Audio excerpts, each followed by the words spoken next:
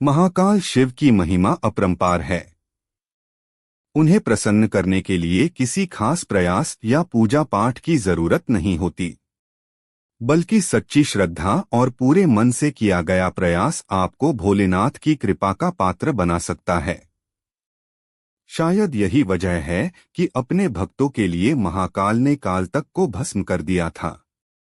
ऐसी ही एक कथा मिलती है हमारे धार्मिक ग्रंथों में, जिसे हम आपके साथ शेयर कर रहे हैं। मान्यता है कि भक्तों का चरित्र पढ़ने और सुनने से भोलेनाथ की असीम कृपा और पुण्य की प्राप्ति होती है। तो आइए जानते हैं। भक्त के प्रति महाकाल की अगाध आस्था की जिस कहानी का हम जिक्र कर रहे हैं, वह स्वयं भगवान कार्तिकेय ने संतों को सुनाई थी। इसके अनुसार राजा श्वेतकेतु, जो कि भोलेनाथ के परम भक्त थे, उन्होंने काल को भी जीत लिया था। राजा श्वेतकेतु सदाचारी, सत्यवादी, धर्म के मार्ग पर चलने वाले शूरवीर और प्रजापालक थे। वह अत्यंत ही निष्ठा और प्रेम भाव से प्रजा का पालन और अगाध आस्था और श्रद्धा भाव से शिव भक्ति करते थे।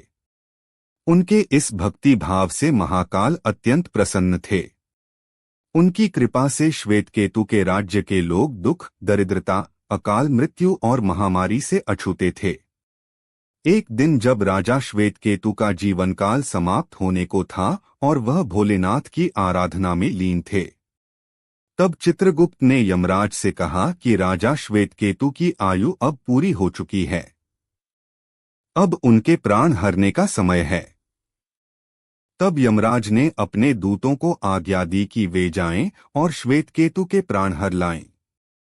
यमदूत राजा श्वेतकेतु के पास पहुंचे तो वह शिव मंदिर में थे। दूत बाहर ही खड़े हो गए। श्वेतकेतु गहरे ध्यान में थे। बहुत देर हो गई, न श्वेतकेतु का ध्यान टूटा न यह दूत हिले। दूत बिना अपना काम किए खड़े रहे। जब वे वापस नहीं पहुंचे तो यमराज ने विलंब होते देखा तो कालदंड संभाला और खुद चल पड़े। दूतों के आने में देरी होने के चलते यमराज स्वयं ही राजा श्वेतकेतु के प्राण हरने पहुंचे। लेकिन वहां उन्होंने देखा कि वह तो महादेव की साधना में लीन है। अब तो वह सोच में पड़ गए कि इसके प्राण कैसे हरें।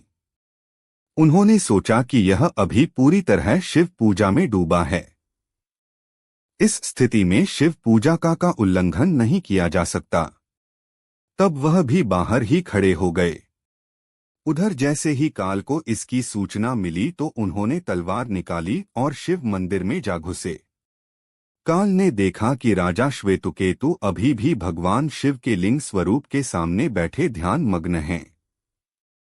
वह झपटकर आगे बढ़ा और जैसे ही उसने राजा श्वेतकेतु का सिर काटने के लिए तलवार उठाई, शिव ने अपना तीसरा नेत्र खोलकर काल की ओर देखा।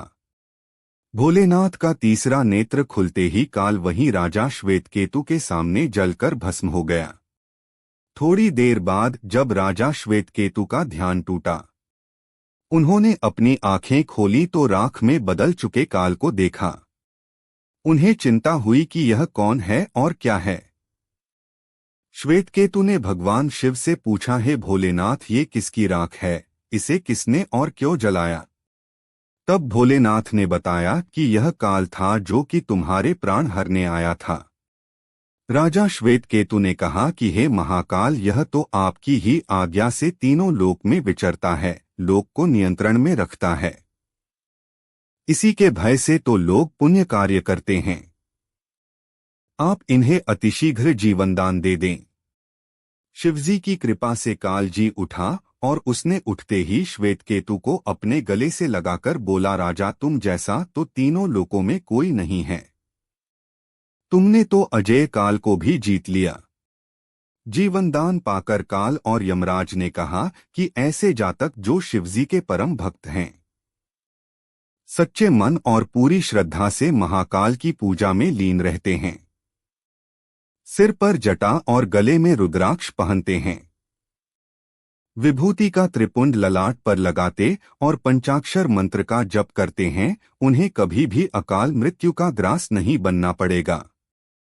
कथा के अनुसार इस आशीर्वाद के बाद श्वेतकेतु ने लंबे समय तक राज किया और फिर महाकाल की कृपा पाकर उनमें ही विलीन हो गए।